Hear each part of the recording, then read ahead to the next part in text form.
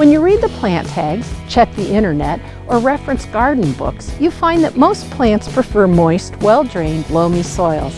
Unfortunately, that's not what most of us have. Instead, we're dealing with heavy clay soils that are often compacted and slow draining. Many gardeners choose to bring in new soil and create raised beds and berms. This is a solution, but you must make sure to buy a quality planting mix that is relatively weed-free. Otherwise, you've just spent money on something that may not provide the results you desire. You may instead choose to work with the existing soil. There are some things you can do to create a better growing foundation for your plants. Start by incorporating compost, peat moss, aged manure, or other organic matter into the soil before planting. Dig or till several inches into the top 6 to 12 inches of garden soil. This will improve drainage and aeration and help feed the microorganisms that help create a healthy foundation for our plants. In fall, shred and till fall leaves into annual planting beds.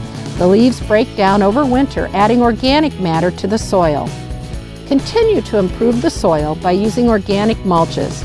Spread a layer of shredded leaves, evergreen needles, or wood mulch over the soil surface. Not only do they conserve moisture, suppress weeds, and moderate soil temperatures, they also add organic matter and nutrients to the soil as they decompose.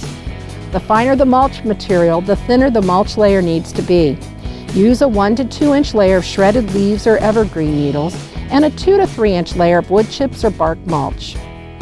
You can also improve the soil in existing perennial gardens. Spread a 1 to 2 inch layer of compost over the soil surface every other year or two. The ground beetles and other beneficial soil insects will work the compost into the soil, or give them a head start by using a cultivator to lightly mix it into the soil surface. Take it one step further to help struggling gardens growing in heavy compacted soil. Spread the compost over the soil surface. Use an auger bit on a cordless drill to create openings in the soil. Drill holes between plants and throughout the garden. Add more compost into the holes as needed. This moves some of the compost into the soil near the plant's roots and helps fight compaction by aerating the soil. Consider using organic fertilizers or those that contain organic fillers like Milorganite that feed the soil as well as the plants. As the microorganisms feed on these fertilizers, they release the nutrients and help improve the soil structure. This means less soil crusting, better drainage, and healthier plants.